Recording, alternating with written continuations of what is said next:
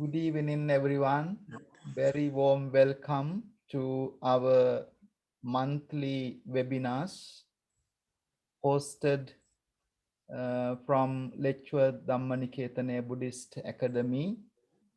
Again, it's a great pleasure to meet you regularly on these programs we regularly have from our center. Now I will invite our moderator today to proceed with our monthly webinar. Our one of the administrator, the secretary of the center, Ms. Padma Vijayaratne, will proceed with the today's program. Yeah, good evening, everyone. I am Padma Vijayaratne. Yeah, I as a mindfulness-based project coordinator in this Dhamma Nikethanaya Buddhist Academy. I would like to warm welcome you all to this monthly webinar hosted by Dhamma Nikethanaya Buddhist Academy, Mindfulness Center, Education, Mindfulness, Meditation, Psychotherapy and Counselling. In our Buddhist Academy, series of monthly webinar will take place every fourth Sunday of the month. These webinars are eagerly offered mental health, well-being, art of living happily through the mindfulness meditation, science behind the practice with evidence that increases positive, effective, and decreases anxiety and negative effects, psychotherapy, counseling, stress management, which you are seeking to deal with the day-to-day life. Therefore, we very respectfully invite our specialists, experts, scholars, and teachers join with us who has got this subject knowledge to enhance our society understanding on those subjects and share your exceptional experiential knowledge. Dhamma Nikethanaya Buddhist Academy is a registered charity devoted to improve mental health and well-being in our community. We all, I warmly welcome you all to this monthly webinar hosted by our academy. If you would like to take a part in this, please send us your details by email or telephone message. This is also hosted in collaboration with our other organizations, Milton Keynes Vihara, Mindfulness Meditation Center, Bedford Mindfulness Community Center, Godmanchester Center for Complementary Health Mindfulness Meditation Community. Our academy offers you very useful, very successful 2 mindfulness meditation courses. I sincerely recommend you to come and taste them if you are really interested in life of well-being. We have already commenced our courses last week, but still you can join next week, Thursday, July 1st, for beginners course, and the advanced course next week, Wednesday as well. So all our details are on our website in www.buddhistacademy.com. Please see under mindfulness link. So before we begin this our webinar, I would like to remind you all few ground rules. Please note this webinar will be recorded and later available in the YouTube for community support.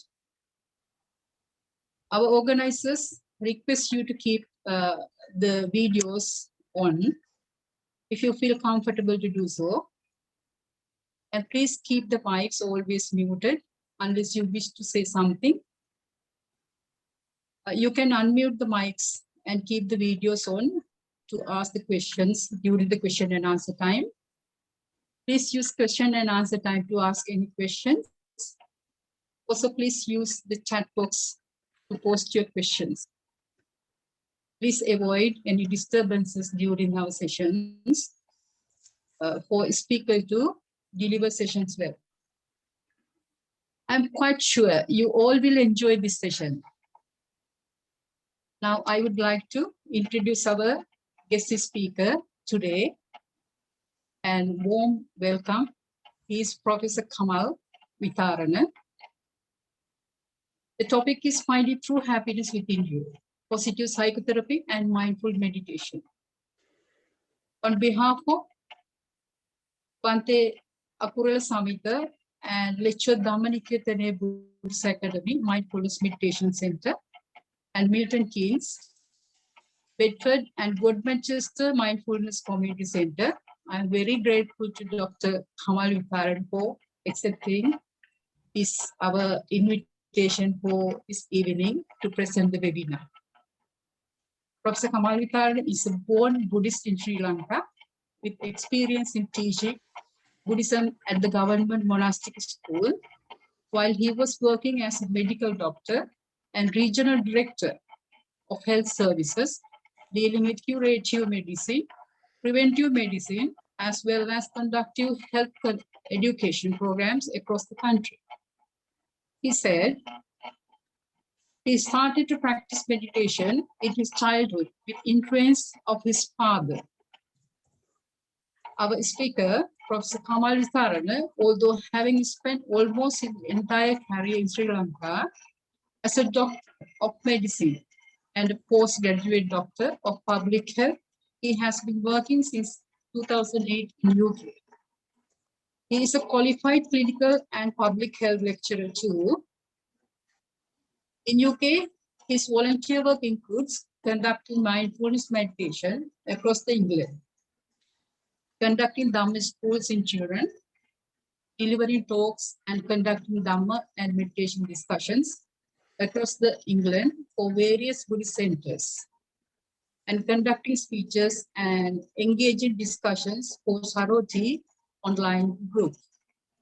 And also he helps people with ADHD conducting mindfulness meditation to minimize relating stress and anxiety. Being with associated member of Positive Psychology, ILT and Network UK, he conducted a qualitative correlational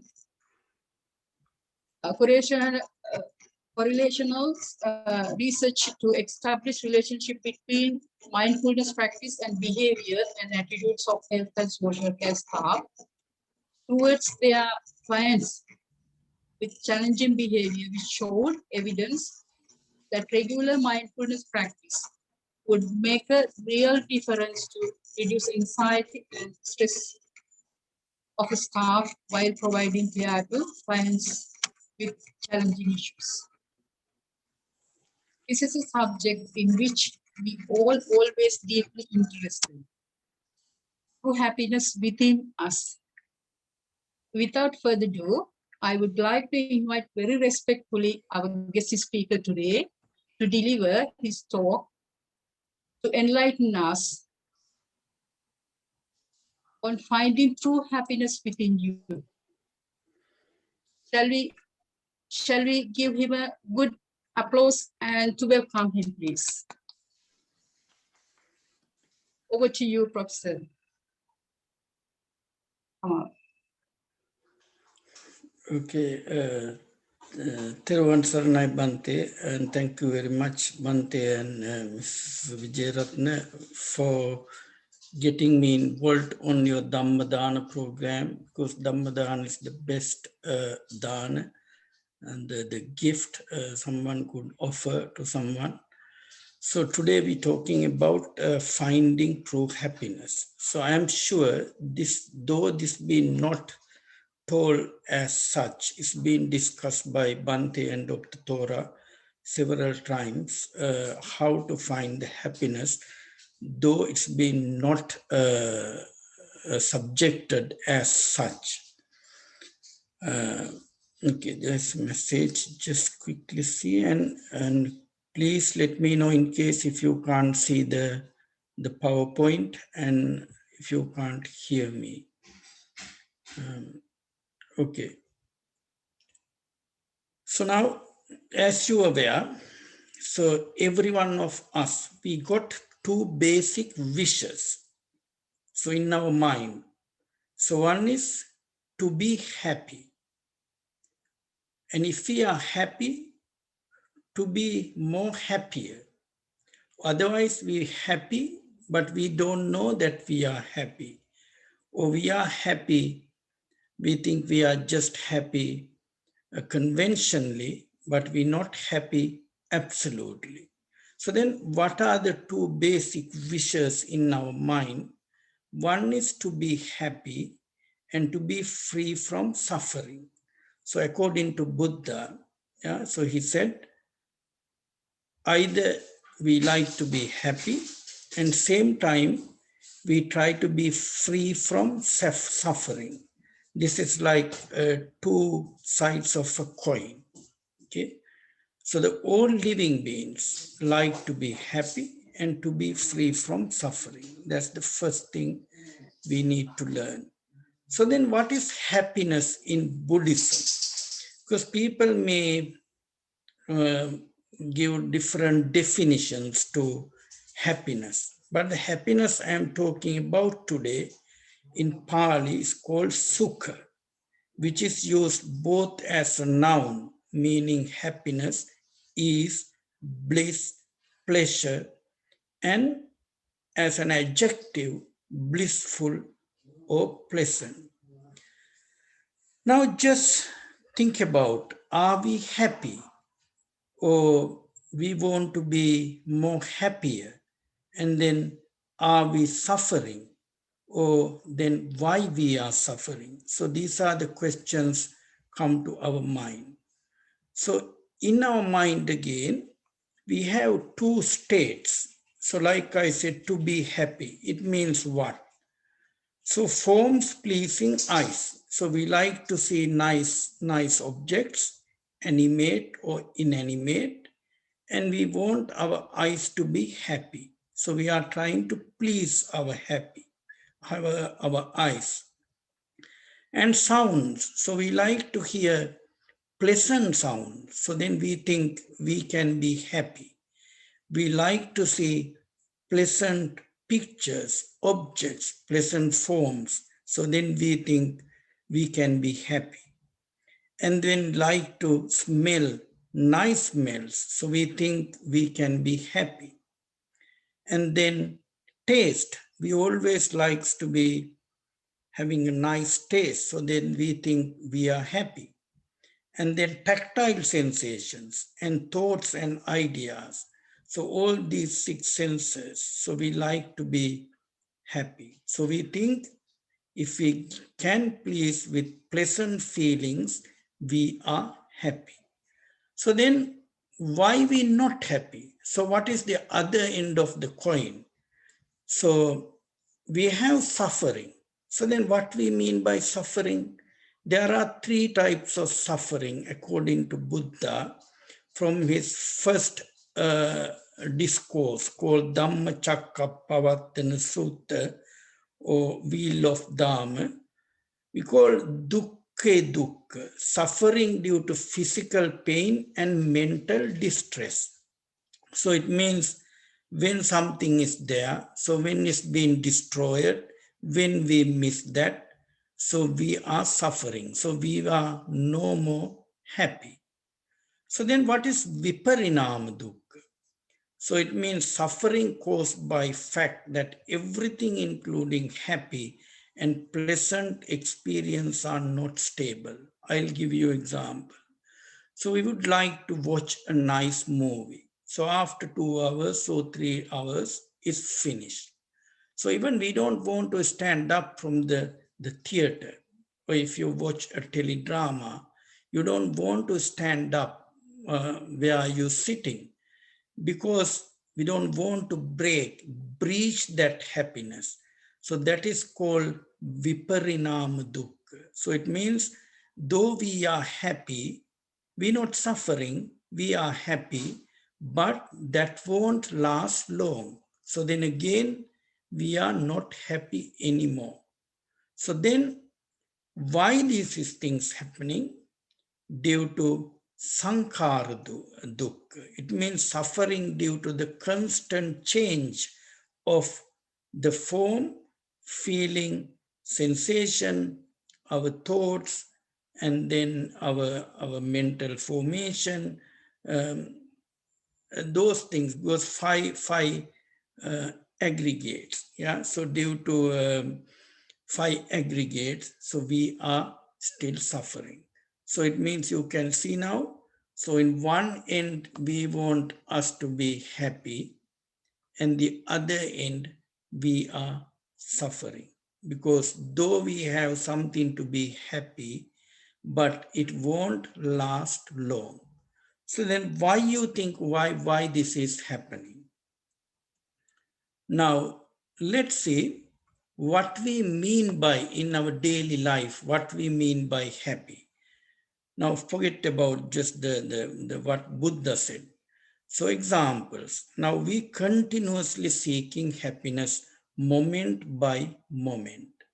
So the way we look and our family, our partners, our house, our vehicle, it means nice vehicle, nice house, nice job, nice friends, nice weather, yeah, and where to sit, where to go, where are we going on holiday, and what to do. So always we try to make us happy by doing one of them.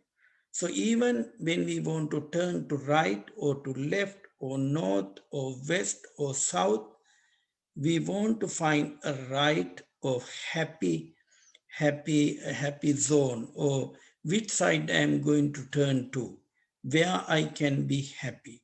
So therefore, this is the human nature. So we always try to find something to be happy. So then what's happening according to medicine then? So whenever we try to find something, be happy, so our hormones level, such as cortisol level, dopamine level, adrenaline level, so they are going up. So they have imbalance. So before we trying to find the happiness, so we become excited. So therefore, there is an imbalance of our hormones in our body, which causes stress, depression. Okay, so it means now they did the research in Harvard University.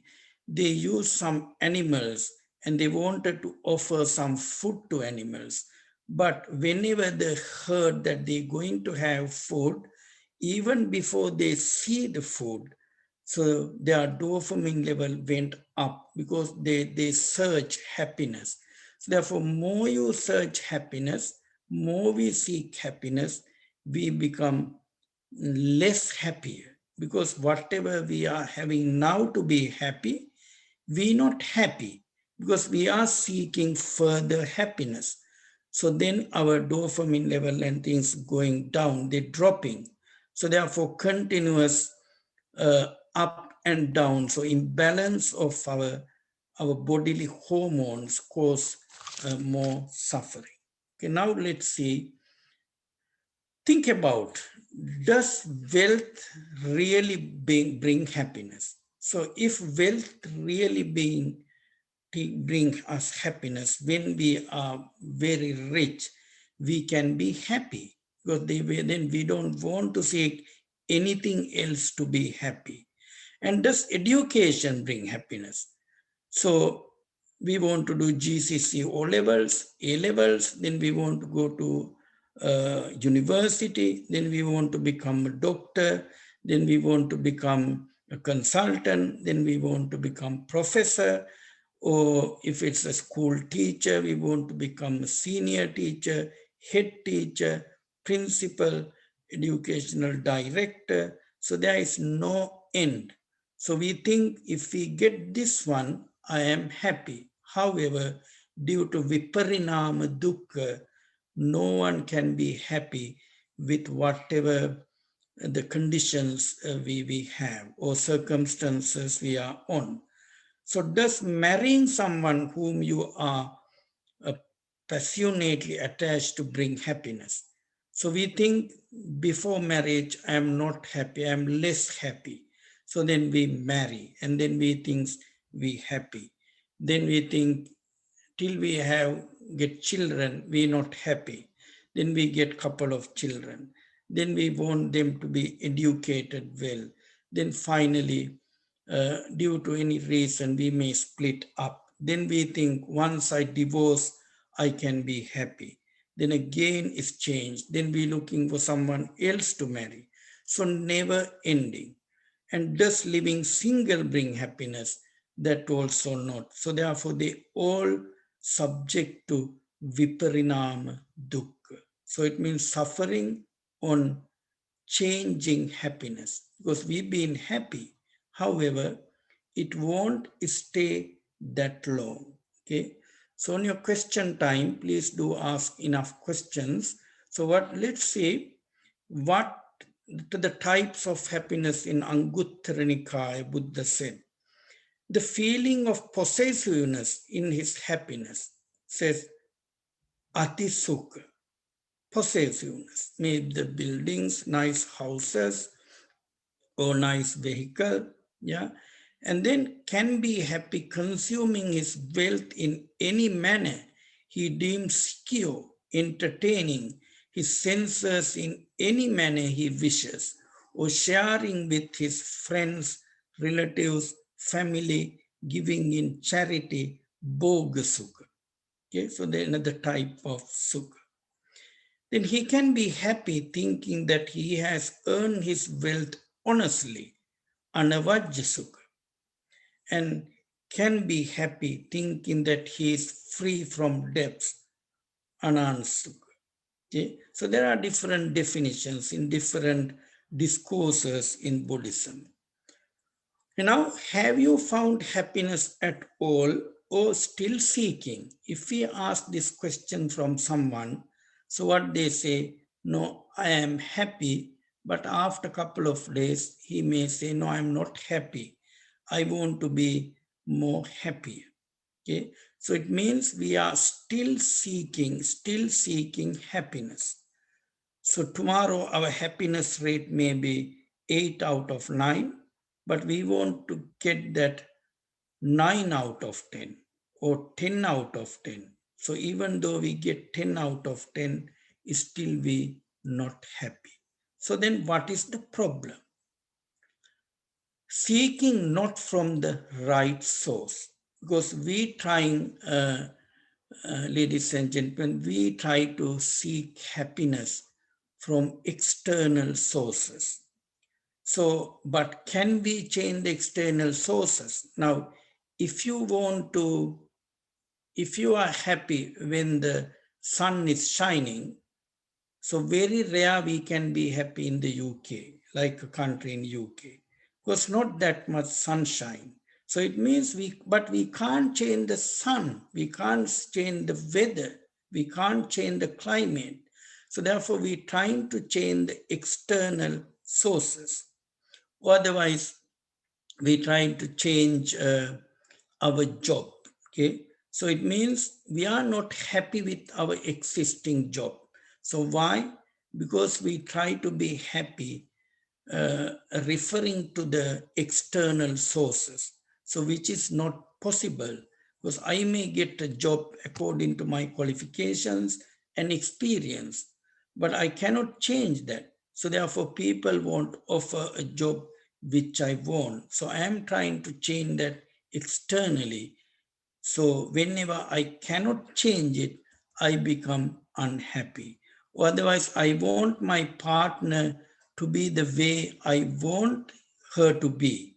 Otherwise, I want my friends or my children behave the way I want them to be. So therefore, we can never be happy because external world cannot be changed by us. So we are trying to make external source right, assuming happiness depends upon external factors.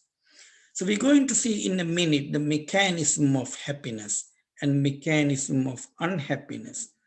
So you can't control external source, example, weather, job, politics, environment. Some people commit suicide because they don't like the job, they don't like their political group, they don't like the family, they don't like their partner. So they become depressed, like I said, seeking happiness, cortisol level is going up, dopamine level, adrenaline hormone level get imbalanced. So finally person seeking further happiness, end up with stress, depression, and all sort of negative emotions. Okay, now we're going to see this being told by Bhante and Dr. Thora several times. So, but still let's see, to recap the mechanism of pleasant and unpleasant feelings. Now you can see in Pali we say chakkuncha, who knows Pali? Chakkuncha paticca rupena chakku viññāna. So whenever I just take example with only with the eye and form, just say you see an object. So then we have awareness, which we call chakku viññāna, or eye consciousness. Though that is not the right translation, there is no such a word to find in the dictionary. So therefore, don't misunderstand this word, but it is, we mean eye consciousness or chakku viññāna. So I saw an object, so my phone and the eye, now I am aware of this object, so we call chakku viññāna or eye consciousness. So now eye form and eye consciousness makes contact.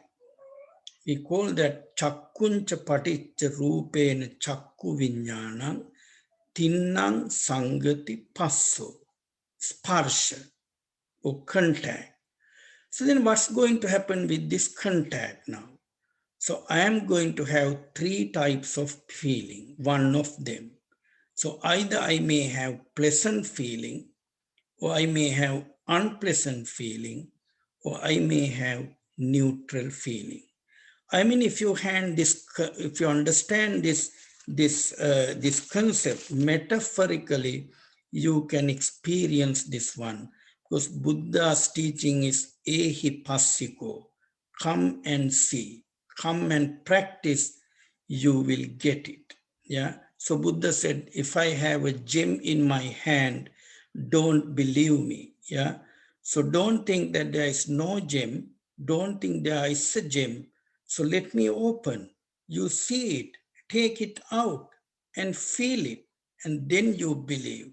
So therefore, please don't believe anything what I am saying, because you can practice this one and then you can believe, okay, if it is true. Okay, now contact making, pleasant feeling, unpleasant feeling, or neutral feeling. So now, sometimes we have pleasure or kāyika sukha. So it means body pleasure we call sukha. And then mental pleasant feeling we call chaitasika sukha. So the pleasant feeling in our mind. And same as unpleasant feeling, we may have dukkha, kāyika dukkha. So we have unpleasant feeling on our body. And chaitasika dukkha or domanassa, displeasure, that is mental painful feeling. So therefore pleasant feeling also can be split into two. bodily and mentally. Unpleasant feeling also bodily and mentally. And there's a thing called upekha, adukama, asuko, equanimity. I'm not going to talk on this one now. So neutral feeling. So then what happened? As a result of contact, we had feeling. So what's going to happen now? Just say we had unpleasant feeling. So this feeling taking us to craving, okay?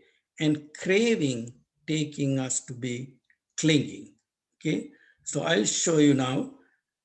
When happy experience become unstable, happiness runs away, causing viparinama dukkha. So I'll give you an example now. Now look at this dependent origination cycle through which Bodhisattva became enlightened, Buddha became enlightened. There are 12 links, but I'm not going to talk on 12 links due to the time factor. So shall we start from the place called contact? Because I explained to you now where we had contact. So I remind you now, yeah, then easy for us to understand. So I form and I consciousness made us contact. Okay, now let's say we had contact. So this contact is going to give us feeling of Vedana. Okay, let's say, like my example the other Sunday, I said, you are going shopping. I'm not sure whether I said to this group or different temple one, sorry. So you are going shopping, window shopping with your partner, okay? So then your wife, just let me take example, your wife stops suddenly somewhere and said, there is a nice frock, okay? Or let's say nice painting, there's a nice painting. So you stop there, husband also looking at the painting, wife also looking at the painting. So then you had contact now. I, consciousness, and then contact. Now you both going to have feeling, pleasant feeling. You also like the painting. So I like to make it more practical. And your wife or your partner also like the painting. So now you saying, okay, let's go home now and we have to finish this shopping. But wife or the other partner is craving now, okay? So she doesn't want to leave that place, okay? Because she likes that too much. Then after that, it's going to be clinging. Then you both going home, yeah? Because unfortunately, for some reason, we couldn't buy it today. So you forgot it, but the partner been clinging to that. So keeping that in your mind, clinging, because now it causes what? Becoming, bhava. So bhava, there are two things. In Abhidhamma, bhava here means moment by moment, we are making bhava. But there is another bhava after our death. So let us talk about from Abhidhamma point of view, becoming. It means bhava, which happening right now. So here bhava means there are two types, kama bhava, three types, kama tanha, bhava tanha, vibhava tanha. It means the tanha, craving could be to sensual pleasure, or otherwise bhava tanha means becoming. You want to become onto a different, how do I say that, different state of mind. Example, I am just like this here, I am just talking. So I don't like this bhava, this mental state. So I want to become a different mental states. So then now, then you start arguing with your partner, okay? Because you're not happy, you couldn't buy it. Now it's making bhava, okay? So it means argument. The partner saying, no, we couldn't buy it. We didn't have enough money. Or I don't think we had to buy it. And you say, no, you are the one who didn't make me to buy it. So we would have bought it. Now argument. So you're making now bhava. So then what's going to happen, ladies and gentlemen, with great respect to Bhante? So it's going to face jati, or birth, aging, death. So it means those thoughts, those bhava.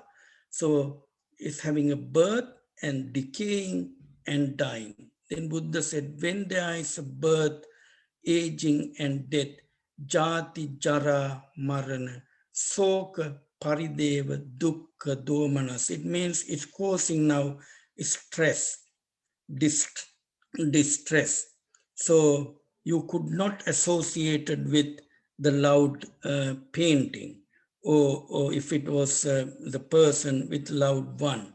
So this is the cycle, because as a result of contact, we have feeling. That feeling is a pleasant feeling. Then we're going to crave onto that feeling. And then we're going to cling on to that feeling. Then it makes us giving a lot of power moment by moment. So therefore Buddha said, I don't praise a power even this much time. Yeah. So this is the cycle of craving. I just took about half of the cycle. So therefore you can see now why this is happening. So I'm going to show you a picture now. Okay. Because I like you to ask me questions rather than I'm going through. Now you can see 3 pictures, okay? So I can say nice, okay, conceptually, yeah? So I can see a beautiful girl on left side, and then handsome man, if you like, on right side, and cute baby. Okay, now let's put that into our formula. So I see this nice girl, yeah. So I use the adjective nice, yeah. So now then I had contact with my eyes and this girl, which causes chakku vijnana, eye consciousness. So then it gives us contact. So what this contact does now, this contact give me a pleasant feeling. But you may have unpleasant feeling, or you may have neutral feeling. So then I had a pleasant feeling. So what's going to do this pleasant feeling now? Vedana, Pachaya, Sankara. So it causes now formations, mental formations. Okay, number 1, mentally, I am going to start about thinking this girl. Okay. So then mentally, I am making sankhara, formations. Yeah. Then after that, I am going to talk about this girl, maybe with my friend. Yeah. So then that's called vachi sankhara. So I'm making mental formation through my speech. But still, I lost temper. I want to get her anyhow. Yeah. So maybe this girl, maybe this cute baby, or maybe this handsome man. So I'm just giving example. So now whenever we cannot get this girl or this man or this cute baby, it causes unhappiness. Okay. So why is that? We've been looking for the happiness from external source. So therefore, never ending suffering.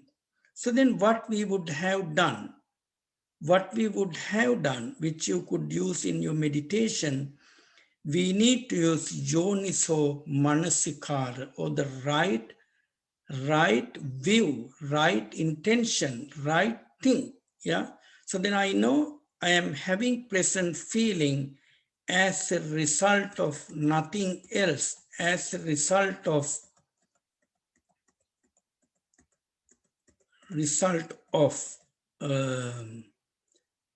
I plus form made I consciousness plus I and form made contact made that feeling.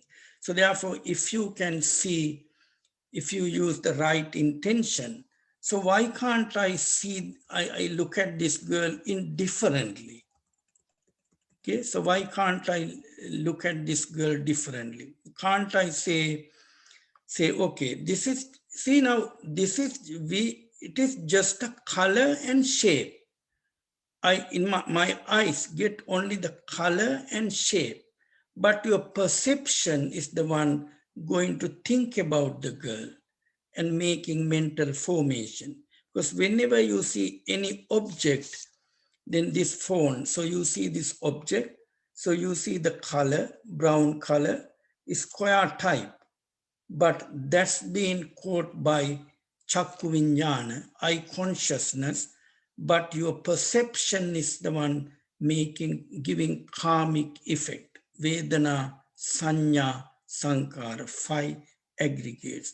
Then at the end of the day, we not happy because we let our mind to think about the girl, think about the baby, or think about the man. But if we understood this is a cause and effect concept, this has happened because of this connection between the I and the form. And then the I conscious connection between the I consciousness and the contact, which made feeling. So then through meditation, I'm not saying meditation means necessarily you have to sit cross-legged and close your eyes. That of course we have to do as training meditators, yeah, to train our mind as an exercise.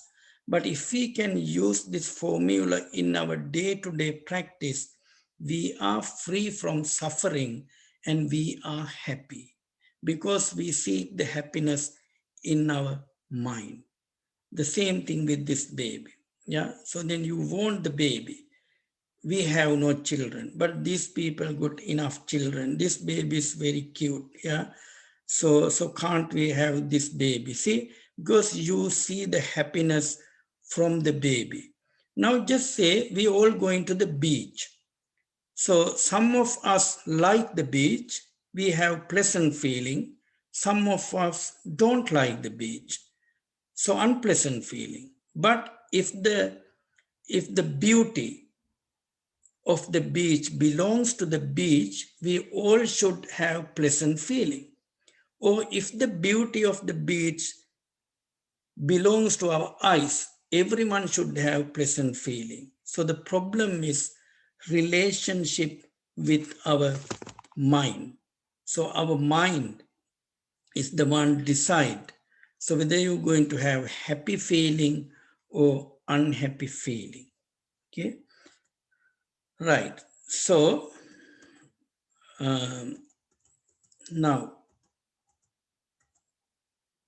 so then where we need to find happiness in inner peace.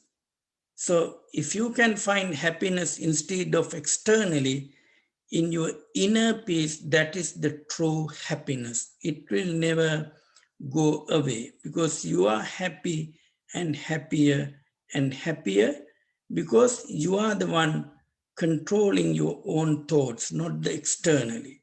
Now in Dhammapada, verse 201 and 203 says another definition. To live without anger among the angry is indeed happy. See how difficult to do this. To live without anger among the angry and to live unafflicted among the afflicted is happy. To live without ambition among these ambitious is happy. To live without possession is a happy life like that of the radiant gods. And then another definition. There is no happiness greater than the perfect calm. Good is the sight of the noble ones. Happy always is it to live with them. Away from the sight of fools, one would always be happy. Now let's take the first praise. To live without anger among the angry. So that is not easy to do. So when you angry with someone, you angry. So then you need to think again, what causes anger? Okay, let us put onto this formula now. So anger is an unpleasant feeling. So then you saw the person, then you had awareness, eye consciousness, because you know that man did something bad to you in the past. Then you had contact. So that contact brought unpleasant feeling. Then you go into gather mental formation because you're thinking, this man, I know what he did to me. So then you're making mental formation, which has karmic effect. You planting seeds in your mind, okay, then which can give a plant and fruits of karma. Then after that you go home and you go and speak with your wife. You know that man, we use B words, F words. I met him today. You know, I wanted to just give him a punch. Yeah. So then verbally we making formation. But then when you see him again tomorrow, you lost your temper, you're going to attack him. So it means physically we making kaya sankar. Yeah, see? But if we had yoniso manasikara, right intention, right view, then we know this anger is not caused by the man. This anger is due to the unpleasant feeling I had. So can I change the man? No, I can't. I can't change the man. I can't ask the man, don't go on this road, because I get angry. So you can never change the world, but we can change our unpleasant feeling. So that is the Buddhism. Yeah. So it means the same thing with pleasant feelings and unpleasant feelings and neutral feelings. Okay. So why we craving? Like I said before, the origin of suffering, origin of unhappiness due to craving for sense pleasure, craving for becoming or existence, we call bhavatanha, or craving for non-becoming or non-existence, vibhava tanha. Okay. Now, I gave you examples like you loving someone. Whenever we lost, whenever miss that person, so we become unhappy. Not because the person left. Yeah. Then if we are unhappy because person left us, everyone should be unhappy in our community. But it won't happen. Or otherwise, window shopping. I gave you example. If the happiness was in that painting, husband and both should be the same mental states. But wife was craving, husband was not. Or traffic light, let's say another example. Now, whenever traffic light is red, we become very stressed. Yeah. So we seeking happiness in the traffic light. We want it to be green all the time. So, but it won't happen. So we can't change the traffic light. So we can change the relationship, our relationship of our mind to external sources, or otherwise adverse. When we see adverse on London Underground, so we want to buy this perfume, that cigarettes or that magazine or whatever. So never ending happiness. So finally, each and every happiness subject to what do you call viparinama dukkha. So there should be a different source. So therefore, let us try to find the happiness within us. It means the change in the relationship. So the real source of happiness is the inner peace with virtuous qualities we need to improve through meditation, such as generosity, loving kindness, compassion, sympathetic joy, equanimity, and patience. Yeah. So it means we try to have wholesome characteristics within our mind. So why this all happening? There is a misconception of I see, I hear, I feel, I cognize, I taste. So that is called self-illusion or sakkaya ditthi. So therefore, whenever I see these pictures or really when I see, I have sakkaya ditthi. So I always think this form is me and mine, or the form is in me, or the form is in the object. This feeling is me, or I am in the feeling, or feeling is in me, and the mental formation is me, and the consciousness is me. So therefore, there are 20 types of illusion, sakkaya ditthi. So if we can see, not I see, so just there is a nice object, there is a girl, there is a cute baby, there is a handsome man, okay, so let it be there. So then why we try to put that in us and thinking I see that? So paticca samuppada means dependent origination. Buddha said there is a cause, then there is an effect. When A is there, B arise. When A is absent, B disappears. So therefore, see now, when you had no contact, I'm not saying you went home, therefore girl is not there, man is not there. But if you're still keeping that in your mind, but if you can reflect on that, this you are keeping this in your mind because of the contact, then you have less trouble. So yeah, so you have no more suffering. So okay, now sometimes we could use mindfulness meditation for this. So it means what we really need to do. So one is learning to pay attention on right thing. So which we said yoniso manasikara, right thing, right way. And then establish the relative inner peace.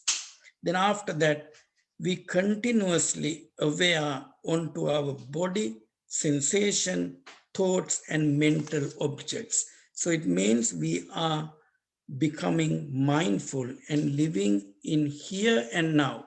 So when you left the girl, when you left the cute baby, when you left the handsome man, it's all gone.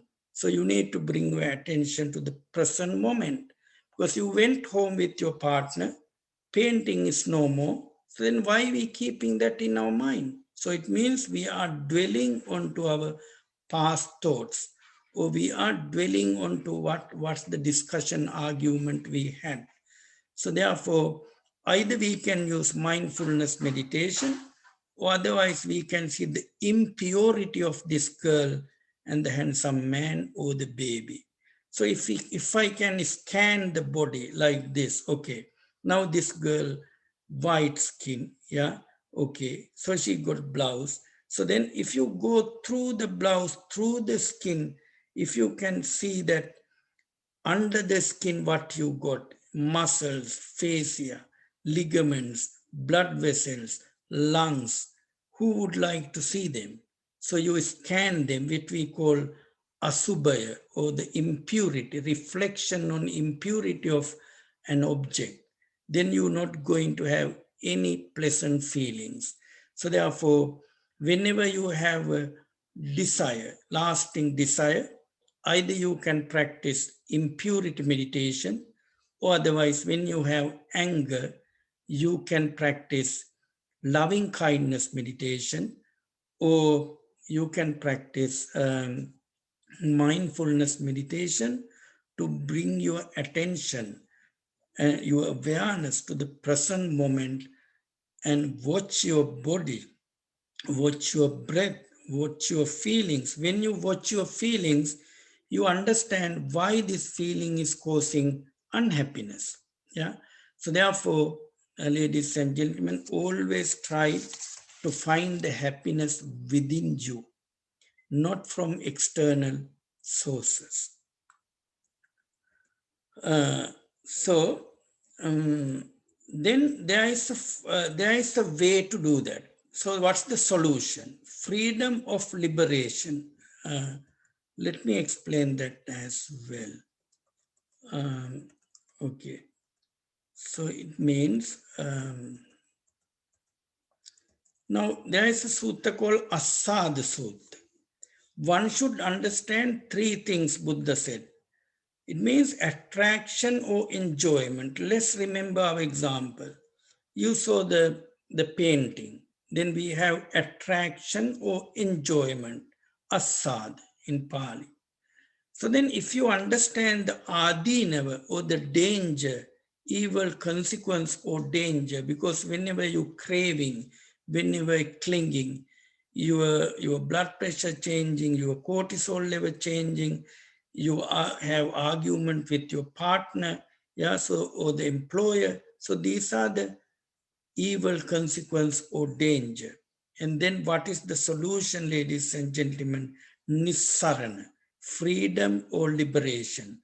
So it means either we need to use antidote meditation, as I said, for desire, we said impurity meditation, for anger, loving kindness meditation, or mindfulness meditation.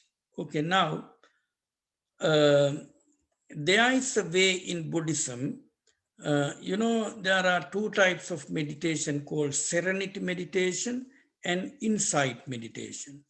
Now, people who practice serenity meditation or samatha, so they normally reach a thing called jhana. So there are 4 types of jhana. I just give quick example, quick explanation, short explanation to see at least where we can find relative happiness. Yeah, if we can't find the absolute happiness called nibbana. Okay, now when you go to first jhana, you are abandoning 5 hindrances. You know what are the 5 hindrances? Yeah, and then you acquire applied thoughts, sustained thoughts, rapture, happiness, one-pointedness of the mind.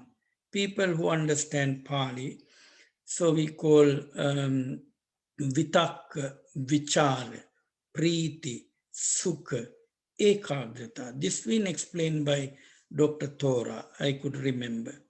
So therefore, whenever you read the first jhana, so you're removing your 5 hindrances, yeah, and then you acquire these 5 jhana factors. So then you keep on meditating, then you move on to the second jhana. You're going to remove your applied thoughts, vitakka and vichara, sustained thoughts, and then you acquire rapture, happiness, and one-pointedness of the mind. So it means you can see the word happiness here. So then when you move on to the third jhana, so you're going to get rid of rapture, okay?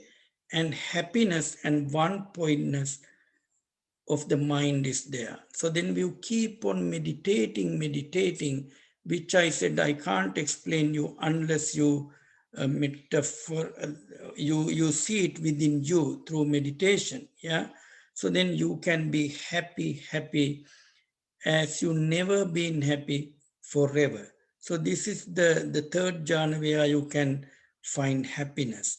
But of course, when you reach the fourth jhana, then you're going to get rid of happiness as well. And then you're going to end up with one-pointedness of the mind or equanimity. Yeah, a kind of samadhi, samatha. So therefore, happiness either you can get through practicing day to day, either like I said, using this formula. So making your mind to understand this all pleasant feel is happening because of my contact, or otherwise you can use, like I said on our examples, this impurity meditation, or if you practice further, you can reach jhana and you get rid of these 5 hindrances. You get vitakka, vichara, priti, sukha, ekagrata, applied thoughts, sustained thoughts, rapture, happiness, and one-pointedness of the mind, and you become happy. Okay, but this jhana happiness is temporary, so this jhana may fall down. However, it's better than nothing.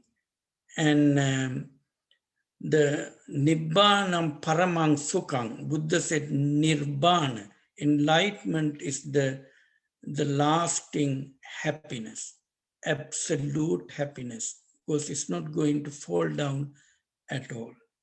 Okay. So therefore, I quickly recap with you, then it's make you easy to ask questions from me. So we said we have two basic wishes. One is to be happy and free from suffering. And then I gave some Pali words about happiness. Then we said it's two ends of a coin, like a seesaw. Yeah. So we want to make our 5 organs happy. To be honest, we're not making our organs happy. The mind, we're making our mind happy, taking information through these 5 senses. Okay. And then we want to be free from suffering. Let's take more relevant, this medium one, the viparinama dukkha. It means whenever happiness is there, it's not stable. That's why we say we are not happy. I want to be happier, happier, happier. And then we said, which way we seeking our happiness? Then we said, we are not seeking happiness from the right source. We always seeking the happiness from external world. So therefore, we can be never happy because you cannot change the world unless you change your inner world. So then we said the mechanism of happiness and unhappiness.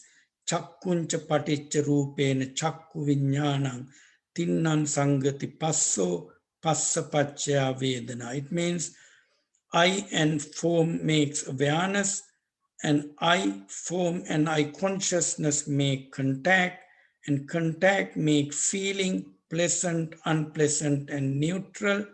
So then depending on your feeling, you start craving. That craving won't end there. Is you're going to cling onto that craving, clinging. Finally, your happiness become unstable.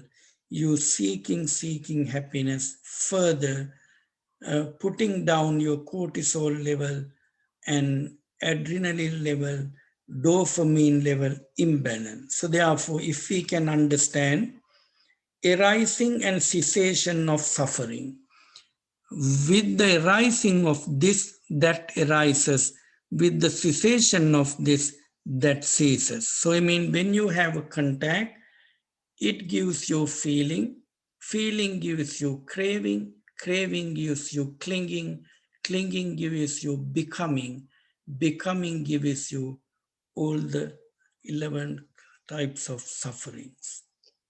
Okay. There are any questions now? Because I know Bhante is going to do 15 minutes meditation session, which I'm not going to do, but you can use these formulas in your meditations and day-to-day practice whenever you had pleasant or unpleasant feeling which causes unhappiness.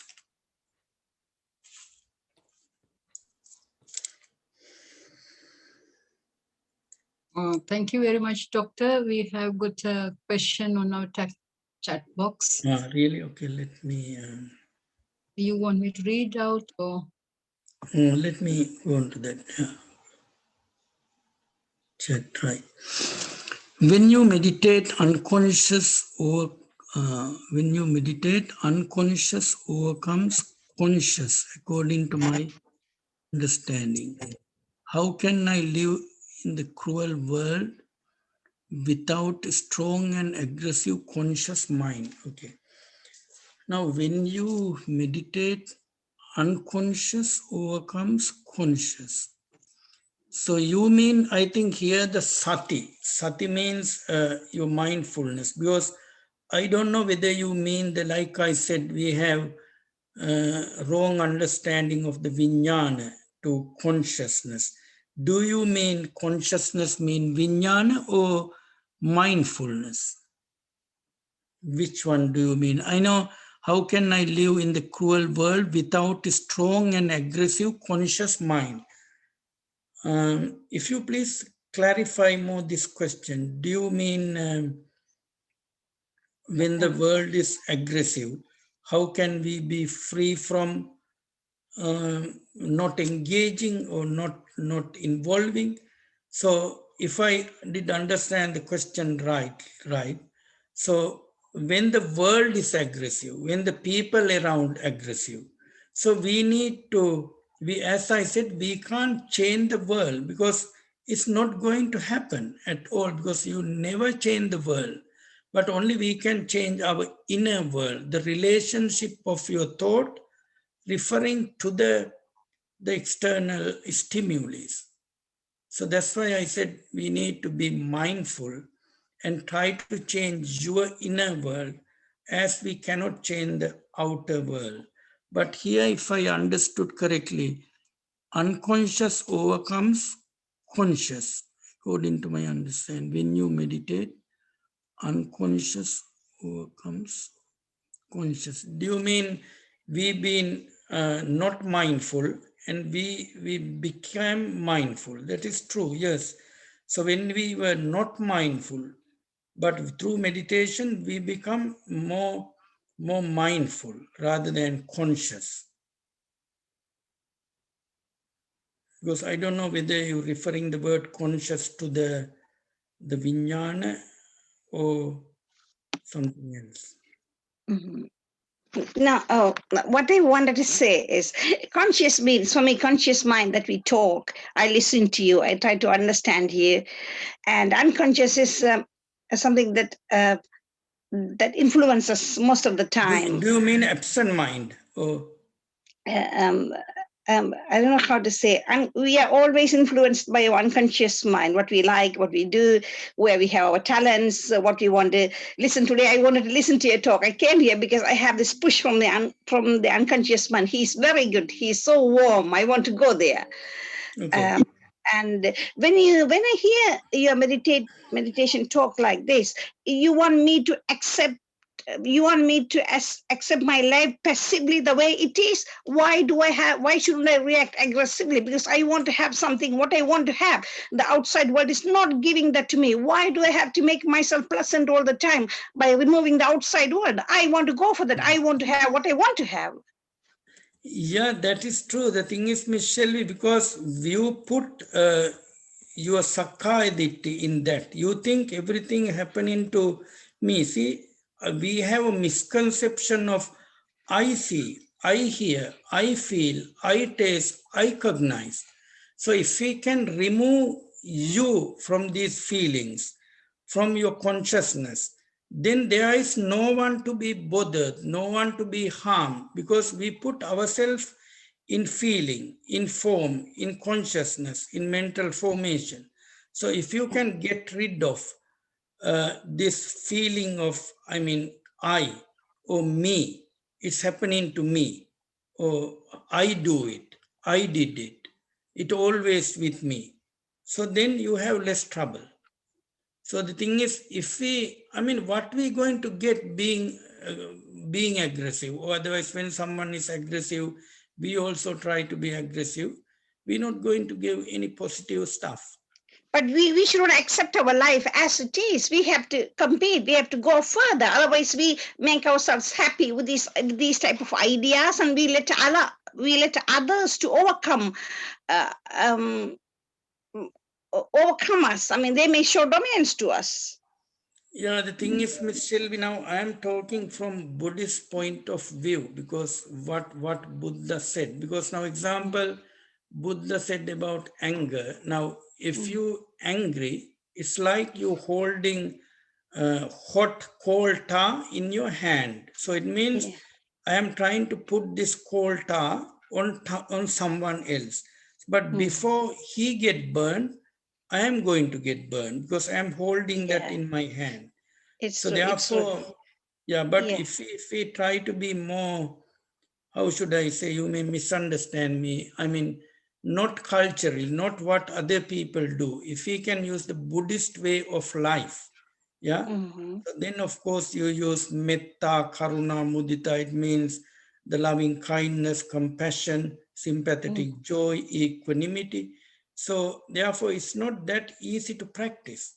So, but if we can practice, you win. Okay. Thank you. Yeah. All right, you're welcome.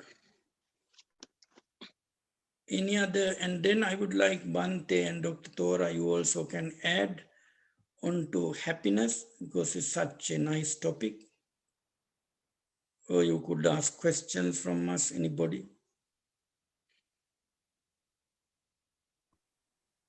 But don't take seeking happiness macroscopically.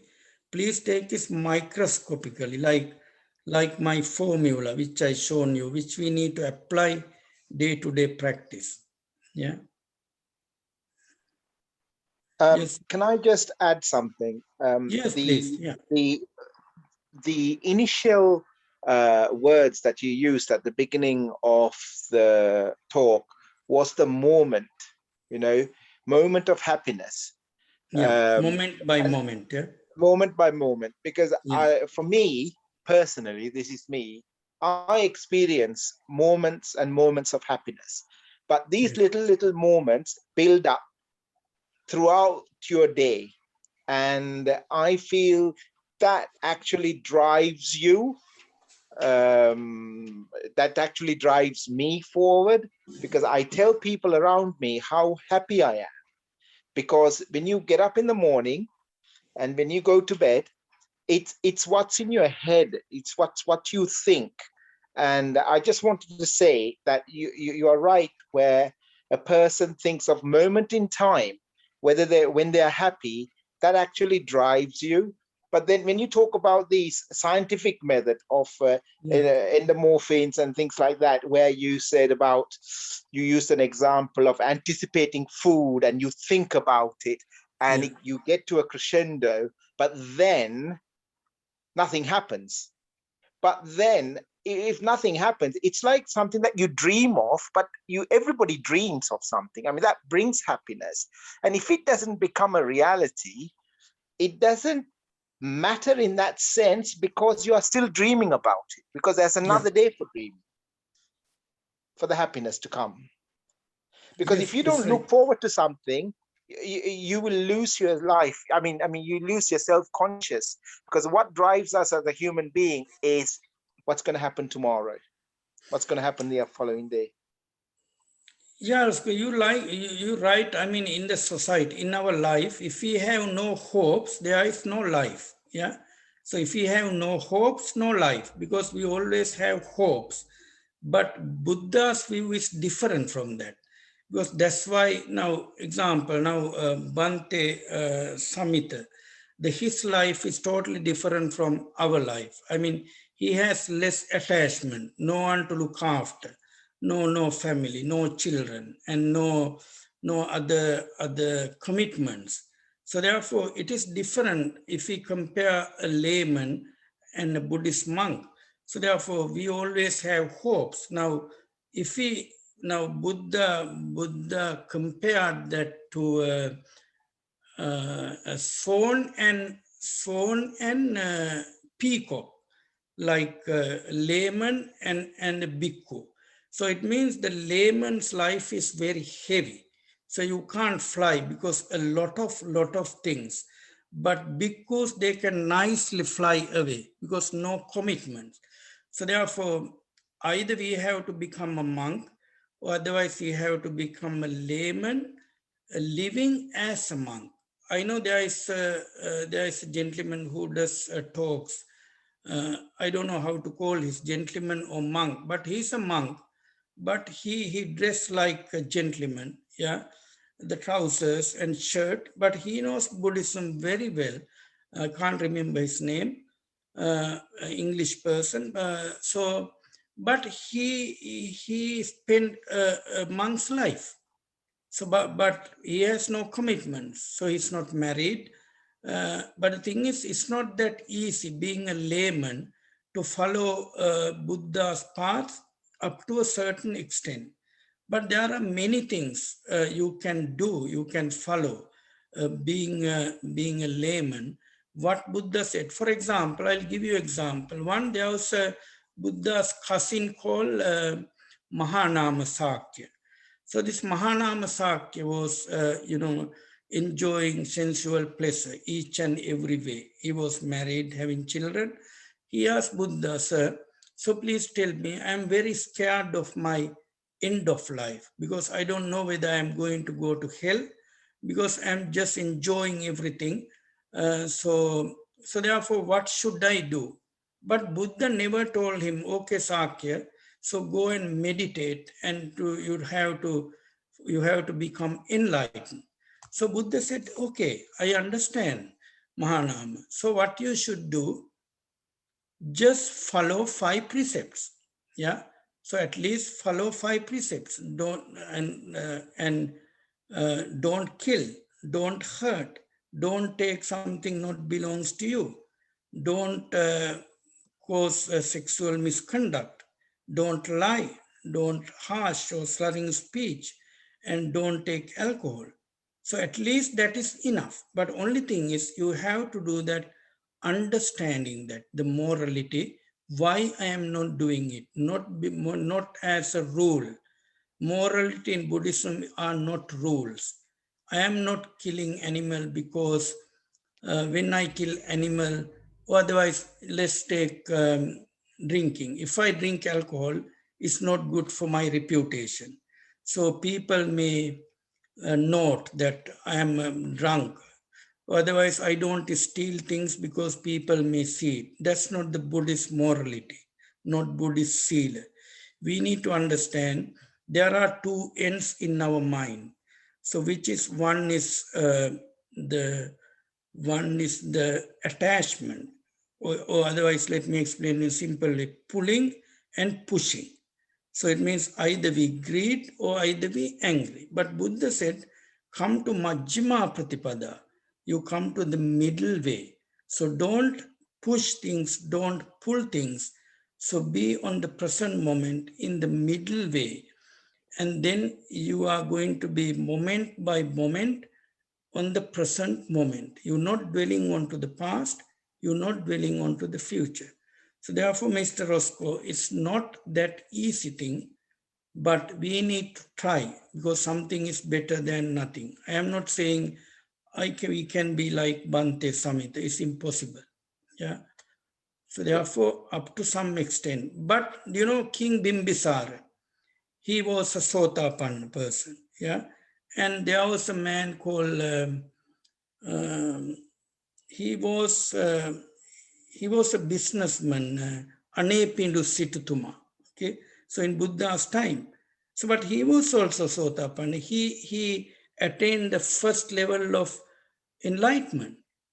And then there was a lady called Visakha. Visakha had about 18 grandchildren. Yeah.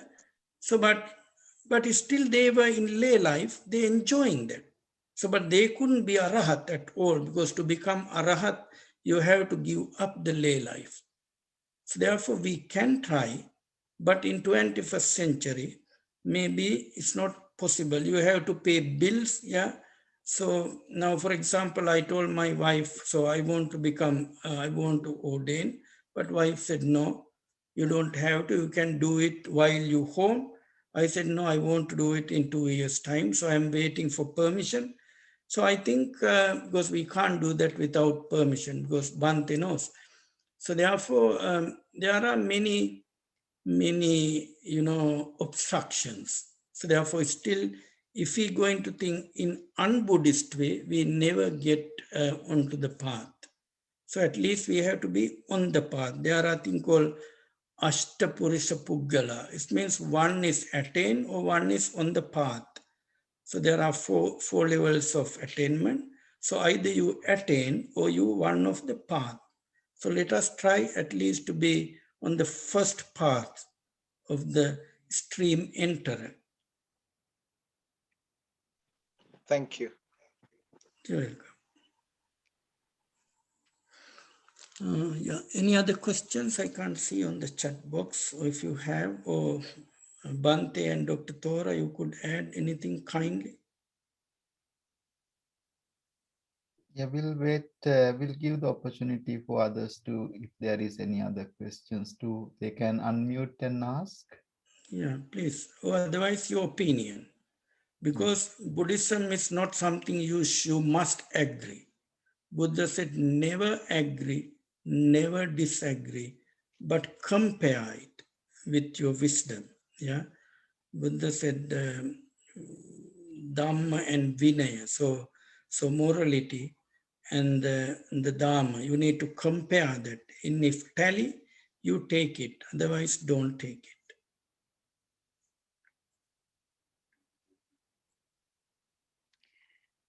Dr. Kamal, I would like to ask you a question, but it may not be related to Buddhism.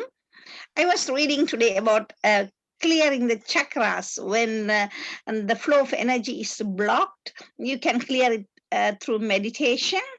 I mean, I think it is similar to you come to the right way, leaving the passion to the outside world. The way you said, what you always go for happiness because you attach to the outside world, and leaving it and come to the right way. Do you have a kind of meditation for that? No, the thing is, Miss Shelley, I am a person try to be Buddhist. I don't think I am Buddhist because I'm try to be Buddhist. So it means still I couldn't, find the right path. But though I am not exactly Buddhist, but I am not non-Buddhist as well. So it means now I know before Buddha's time, more than 200 types of religions, including one of you said now Chakravata or something, and yoga, and there are many. It also belongs to a thing called Silabbata Parama. So it means not the Buddha's teaching types of morality, which I don't practice, but I practice yoga just as a physical exercise. So therefore, I am not aware of this thing, but it is a true one. This has good effect, but that is not the ultimate aim of the Buddhism. So therefore, I am trying to, at least become the stream enterer through practicing Buddhism. So therefore, I always try to ignore the rest of the things. I don't want more information.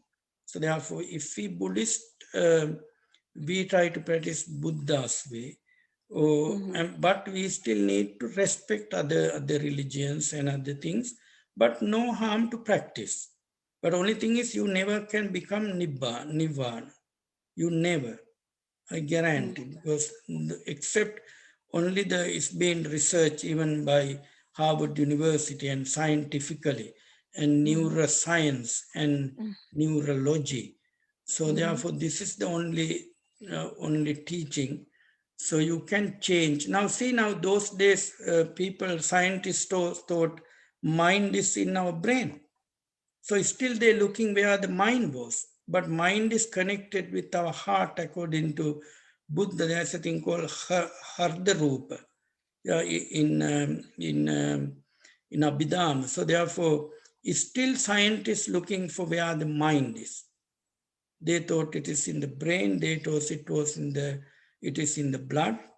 Yeah, but only Buddhist teaching gives the understanding where the mind is. It's not a place, but Buddha explained with examples and things. So therefore, I do not disrespect other medicines, other practices, other meditations, other religions, but only it's not in my cup of tea. Thank you. It's okay. Yeah. Because example, Jesus said, always go for what you need, not what you want. I really appreciate that. Yeah, it's really tally with Buddhism. Because you have too much desire. You're going for what you want, but not what you need. So you want this car, you want that car, but one car is enough. So whether it is Vauxhall Corsa or BMW, they both do the same things. Yeah. Yeah, I want to go somewhere. So, yeah. Therefore, let us go for what we need, not what we want or what my neighbor has got. Okay. Thank you. Yeah. Yeah, please speak up, make questions. It's very good time to talk about inner peace and true happiness. Dr. Thora, would you like to say something, to add something to us? No, Dr. Kamal, I think what you said is very good. I haven't got anything to add. I don't know if Bante would like to say something. Yes, no, that all the explanations were very well, very good. and you kind of address the questions very well. With regard to somewhat the question on chakras, opening the physical points to clear certain thoughts which are not directly in the Buddhist teachings. Buddhist teachings very much based on the wisdom and understanding the ignorance. Ignorance doesn't really lie in the physical matters. So the block or some sort of not clarity in the thoughts could be lack of clarity in the mind. When you say, for example, take a deep breath, not thinking to clear some physical aspects as such, and slowly breathe out, through which your mind can be ease, your mind can be relaxed, and you get more clarity and more access into your thoughts. Your decisions, your understanding becomes more meaningful and clear. Is particularly through calming your senses, calming your body. Whereas if you are just try to externalize to empower certain points or chakras, which are not being really mentioned in the Buddhist teachings, because it doesn't really, you may feel like instant some reaction, instant response, but for the long term, it will not be that much helpful. So that is why Buddha was very careful not to talk about those things. He was well experienced because he was in that environment. He practiced all these things, and he was very much into the clarity of mind through awareness. You would not believe how powerful this mindfulness or seeing or noticing or being aware. Just stop and objectively, not subjectively, as Dr. Kamal said, you, myself, mine. When you put that identity, you obstruct your clarity. You don't see what it really is. You see something else. So that causes suffering and that causes difficulties. That cost your happiness. So to gain the happiness, you got to see objectively as it is, not as you are, by which you let it go and you see the things as they are. You are not taking it personally. You are not making it up. You are in a very balanced and calm mind. That is a wonderful way. When you see that, you see the nature of change. Things are not always the same.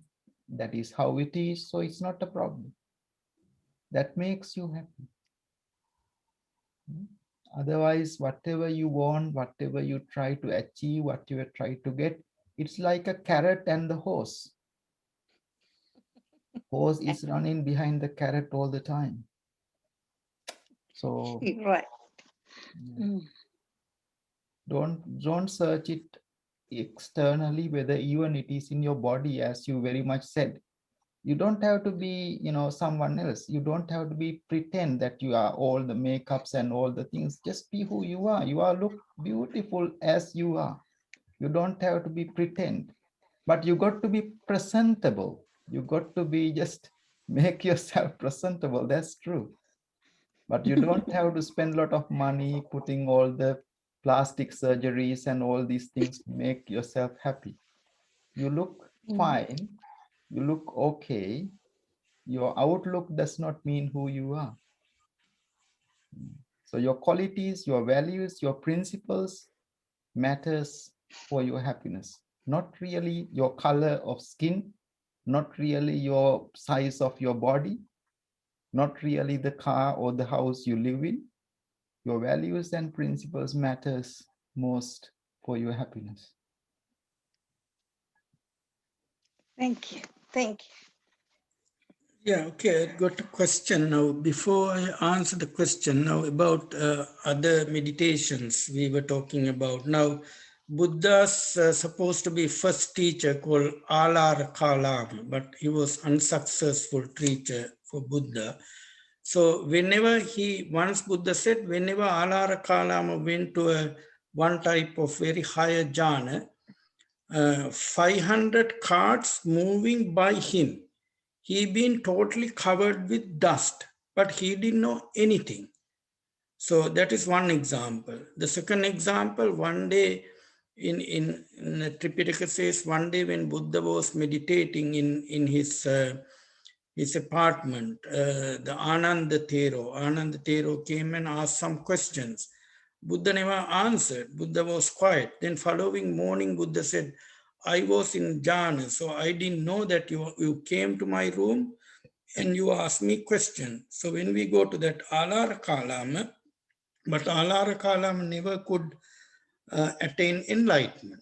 But he was in such a higher jhana, in such a preeti, such a happiness. So he didn't know what's happening around him.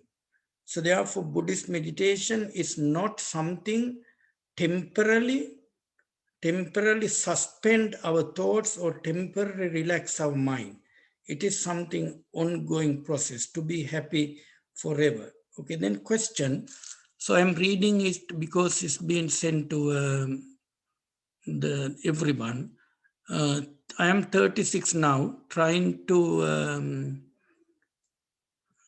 find, doing dating. So right to find someone, how do I find happiness and trust in God and the universe that there is another plan for me? Okay, so now, first of all, in Buddhism, there is no concept of finding happiness or trust and believing in God.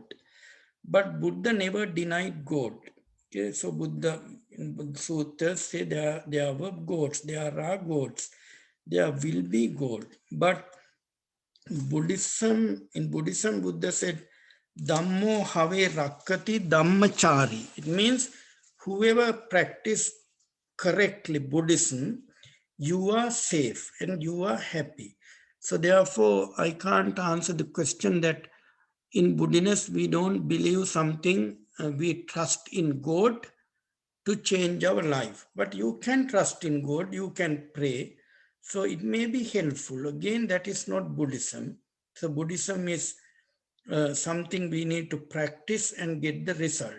But if I am answering as a doctor, now if you are 36, your hormones working properly, you know which hormones I'm talking about.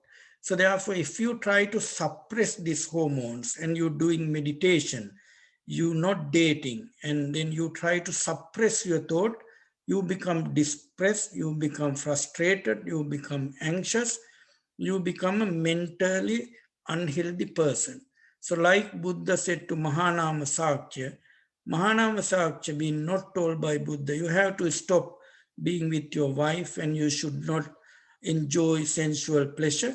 So therefore Buddha said there is a thing called sensual pleasure in the life. That is very good. So people can enjoy that. But only thing is they can't reach the Nibbana through that. So, but I am not saying don't enjoy your life. But only thing is there is a way.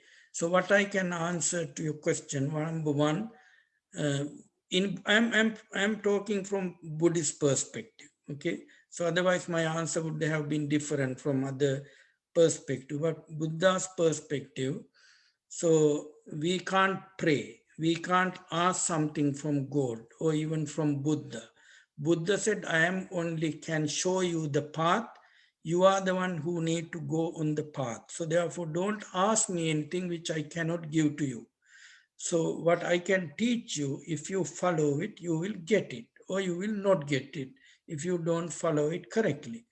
So then, therefore, that's the answer for the first part of the question. Second question, if I was you, I will find the right person to date with me, but I can't tell you how to find it. I mean, it's It's an art, isn't it? So how to find someone, appropriate person to date? Because if we try to suppress our thoughts, if we try to suppress our hormones, we can be in big trouble. So therefore, we never advise anybody to go and meditate, suppress your thought. So step by, while you're dating, but I can't give guarantee. The third part of your question, how can we find the right partner and who is appropriate? So therefore we can try, so like everyone does, but meantime we can put the meditation step by step into practice daily and see whether it works, and can we get rid of those too many desires. But better to have one partner, of course, than having too many. So then one partner, one desire, more partners, more desires. Yeah. So therefore, we to find someone, the right partner, and just live happy life.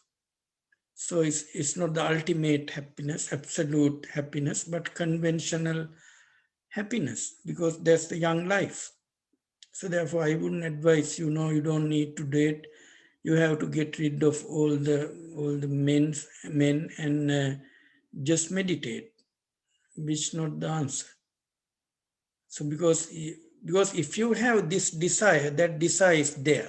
So whenever you have that desire no more, that is the time to do deep meditation.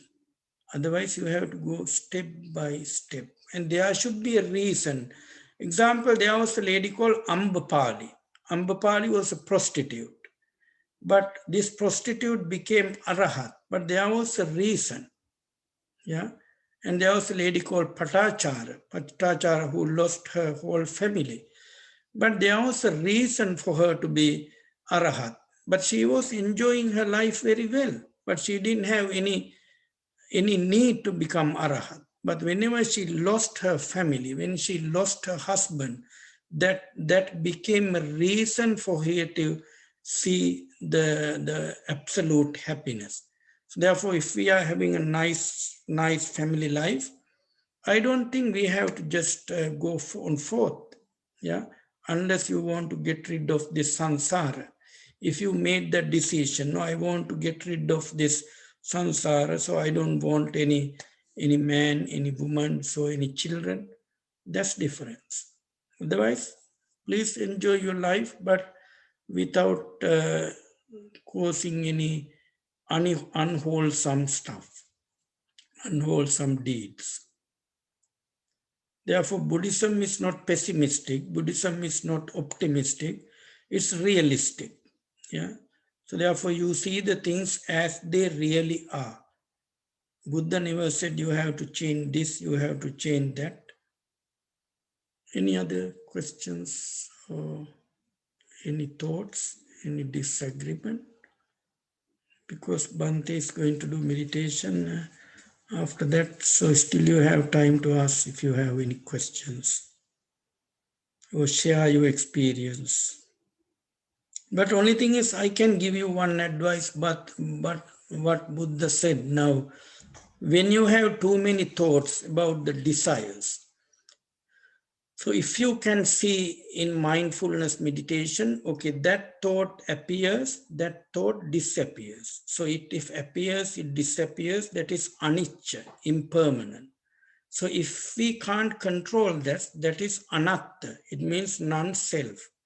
So whenever the thought is not stay the way we want, it causes suffering.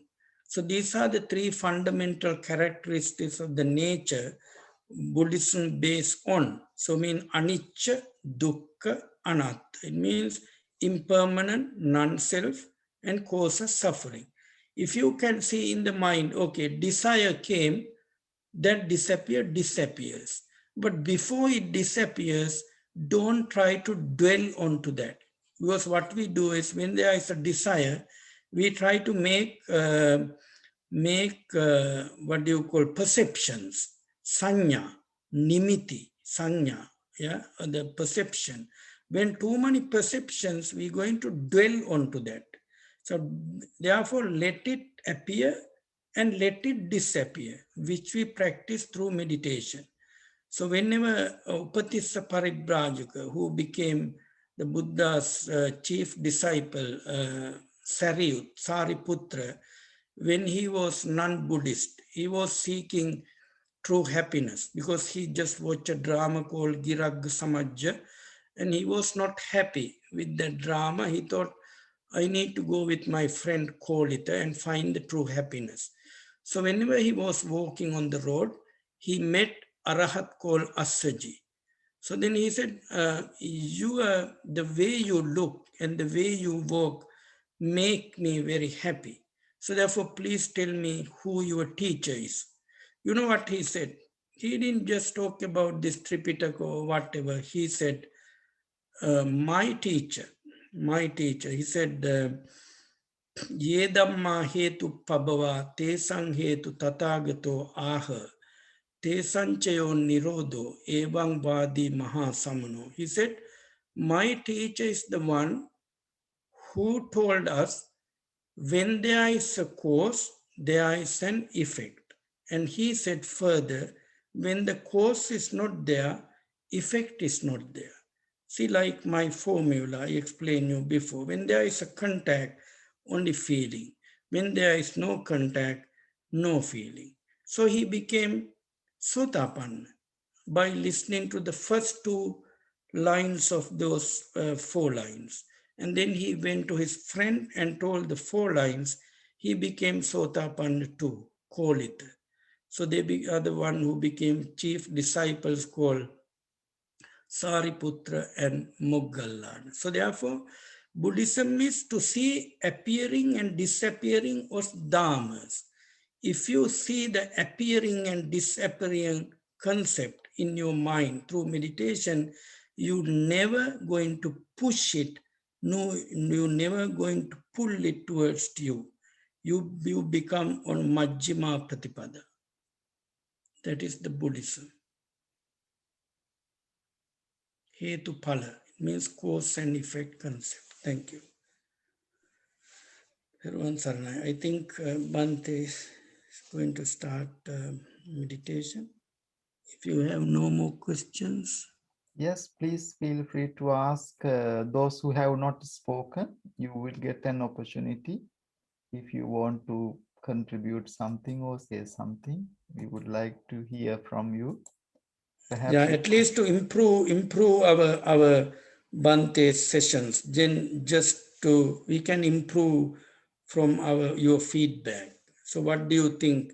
What went wrong? What went good? What would have been better? Then we can put some output to that, isn't it? Because we want to be Kalyana Mitra to you. Yeah. I think Lisa might have a lot of questions. Sorry, Papnamis? I said Lisa might have a lot of questions, I said. Lisa? Yeah. Where is our Lisa? Yeah, Lisa. Good evening, Kamal. Yeah, good evening. I don't have any questions. I think it's a lot of information to digest. I think it's very well communicated. It's a concept that you have to digest. That's that's what it does, and to put into practice. I think it makes a lot of sense. I'll try to understand how I'm going to incorporate it, understand it. Happiness is a challenging topic. It comes up in lots of conversations. I have a son that we often have conversations about it because he's a teenager and doesn't quite understand happiness, and so you have to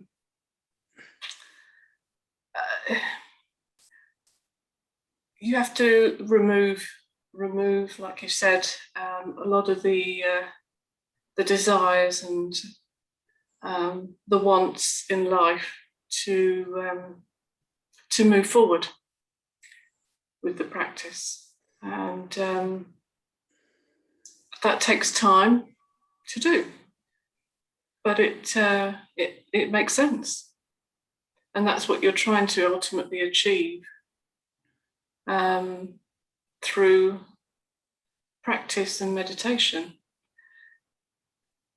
So I don't have any questions. It's interesting for me to sit and understand it through this practice. I'm trying to understand Buddhism to incorporate into my life. So it's very new. Every topic you bring up, I take something away from it. So it's very useful. Yeah, because if you could incorporate that dependent origination formula, but which is not for teenagers. Now, we can't say to teenage, look at that girl through the skin and then impurity, and don't look at that girl that way. Of course, they have to look at that way. Otherwise, when they're going to marry and when they're going to have children, family life, so that is the normal life, isn't it? But whenever they don't want, whenever they want to get rid of that, so they may practice meditation. So therefore, we have to be very careful, because Buddha said Buddhism is like a serpent, like a snake. So Buddha said, depending on where you're going to hold by, whether the snake's neck or the middle or the tail.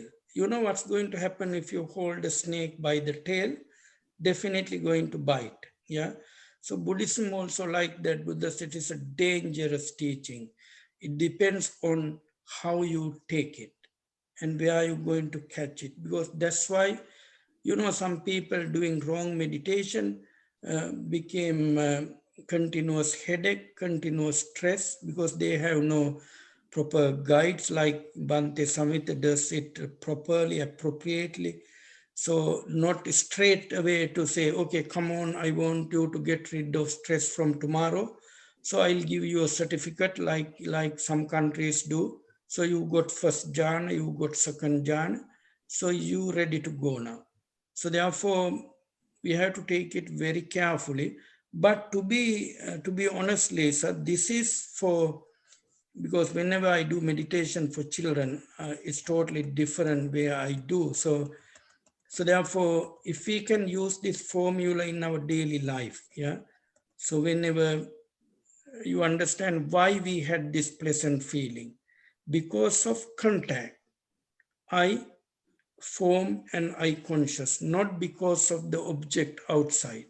So then we're not going to move forward. Then we know, okay, this is pleasant feeling I had because of the three components. So then going to stop then and there. So then you have no more feeling, no craving, no clinging. It's end now. Okay, but we can't say this one to a child or teenager, then he's not going to study. He may think, what's the point of my studying? Am I going to university? No point, because why should I crave? Why should I cling? Then he has no academic life, no family life. So therefore we have to be very careful, because there are different types of meditation for different people. Not each and every meditation is for everyone. Maybe loving kindness meditation, maybe purity meditation. Even Buddha had the jnana called Indriya Paro Pariyatta jnana. So he knows for whom which meditation should fix.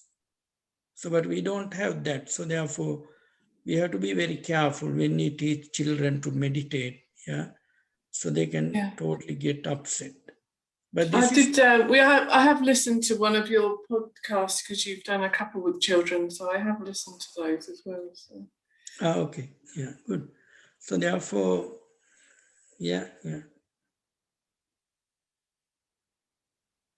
Thank you.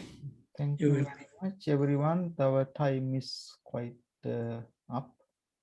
So we're going to practice 1 minute meditation. And I will pass on to our moderator, Padma, to share our merits with Dr. Kamal, who was very kind and generous to offer his knowledge, experiences, wisdom, and also time to talk about how to find the true happiness within. Buddhism is the art of happiness, is the agenda for happiness. And it not because I am Buddhist, I am saying there is no other place that I really can convince myself to find the meaning of life and the true happiness. It is not just an emotional expression. It is based on very rational and practical basis. You can come and experience yourself within to find the right happiness. It takes only few minutes for you to practice some meditation, learn some theories through which you can certainly find the happiness. In fact, every being in the whole universe in search of happiness. Every being. But most of us do not find it because of our misunderstanding, not having right view. The Buddhism offers that path to find it in the right manner. For that, we need to have the right, virtuous, good friends like Dr. Kamal and all of us. It's very helpful when we find the right good friends around us to support us. In that journey, we might have to let go a lot of things for a greater purpose, for a greater happiness. If we attach into some smaller things, not changing our attitudes, we would not cross the barriers to find that greater happiness. So let us sit in silence. Make your body relax and the mind at ease.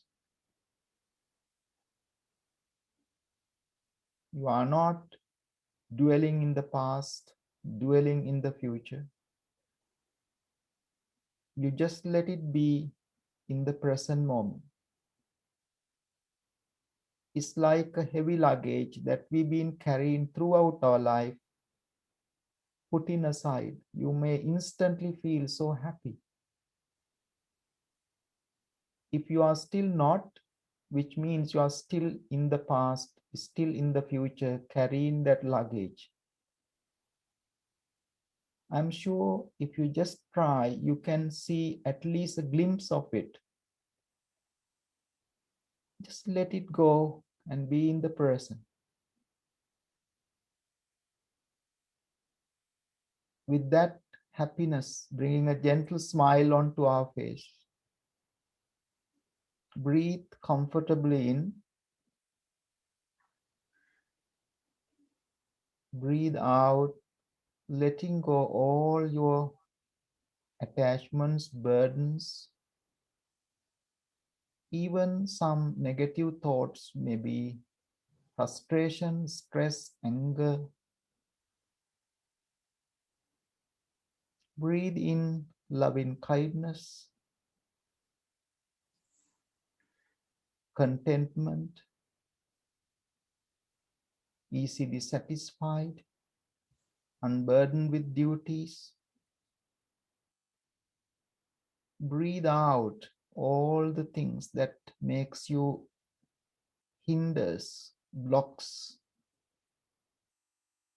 to embrace those contentment, easily satisfied nature.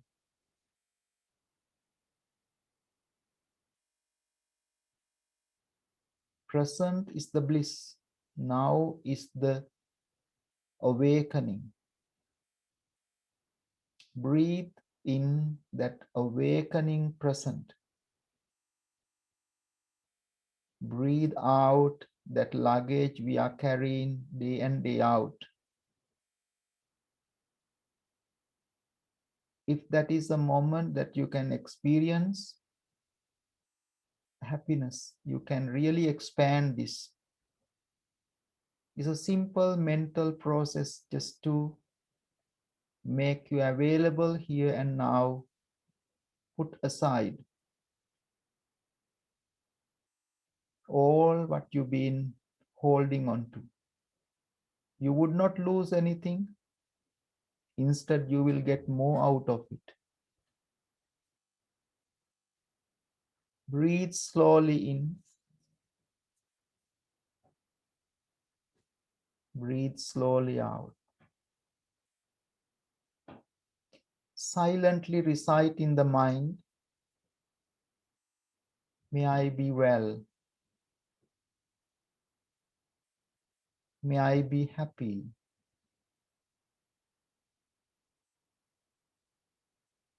May I be peaceful.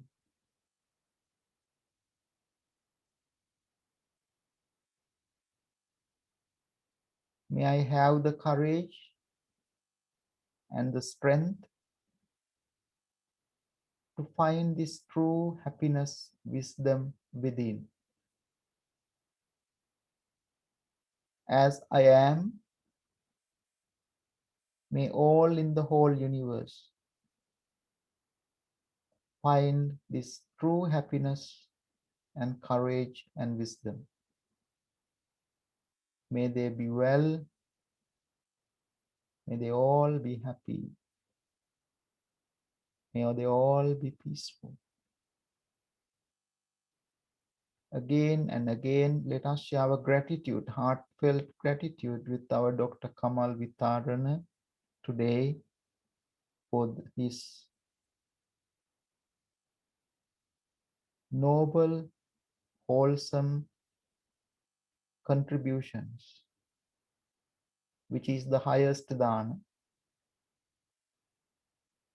May he has all the good health, protection, to fulfill all his noble spiritual aspirations in this very life. May the liberation not be far for him. May the happiness be always with him.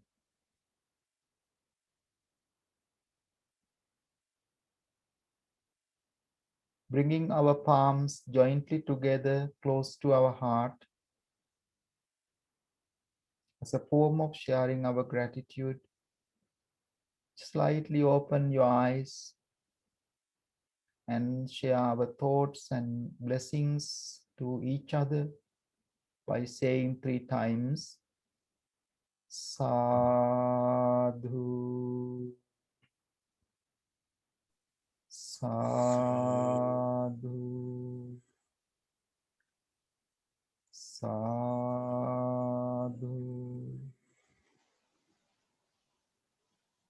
Continue to have this stillness, clarity, and the bliss of being happy in the present moment. You would be always counting the blessing. It's powerful, it's very, very special. Now I will pass on to our moderator of the day, Ms. Padma Vijayaratna, to finish our program.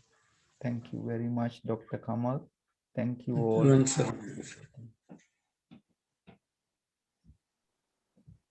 Thank you, Bhante. Thank you all. Special thanks to Dr. Kamal Witharana. On behalf of everyone here today, I would like to thank you for taking the time and enlightening us. And it is an entertaining presentation on right way to finding true happiness within us. Thank you for your insight, Doctor, into finding true happiness within us, and also enlightening us how it is impacting the lives is very fascinating. We can all put into practice in our lives and our country and community learning these simple steps. Once again, behalf of all entire community, I thank you and very grateful.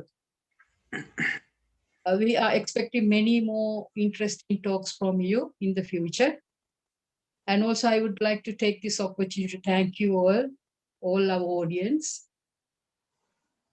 Thank you all for attending our webinar. Wish you all the best and good luck with finding true happiness within you all. Thank you. Bless you all.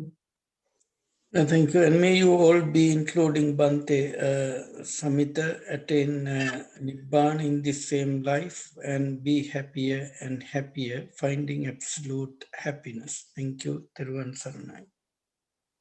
Thank you very much, everyone. Stay safe and we'll see you soon with another webinar. Until we see you again, may you all be well and happy. May the Triple Gem bless you.